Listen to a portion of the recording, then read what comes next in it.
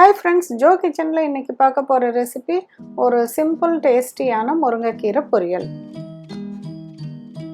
Please சேனலை subscribe பண்ணுங்க, bell ஐகானையும் மறக்காம பிரஸ் பண்ணுங்க. முருங்கைக்கீரைக்கு எப்போதும் தேங்காய் எண்ணெய் யூஸ் பண்ணி செய்யுங்க, ரொம்ப டேஸ்டியா இருக்கும். தேங்காய் எண்ணெய் ஊற்றி காஞ்சதும் கடலைப்பருப்பு போட்டு பொரிய விட்டுங்க. அதுக்கப்புறம் காஞ்ச மிளகாய் ஒரு 2-3 காஞ்ச மிளகாய் போட்டு அதையும் பொரிய விட்டுட்டு நல்ல பொடியாக நறுக்குன பெரிய வெங்காயம் 1, இது கூட கொஞ்சம் உப்பு சேர்த்து நல்லா வதக்கி விட்டுக்கோங்க. இப்போ ஒரு சின்ன கட்டு ஆஞ்சு வச்ச முருங்கைக்கீரை நல்லா வாஷ் பண்ணி சுத்தம் பண்ணது, அதை இந்த வெங்காயத்தோடு சேர்த்து கொஞ்ச நேரம் வதக்கி விடுங்க.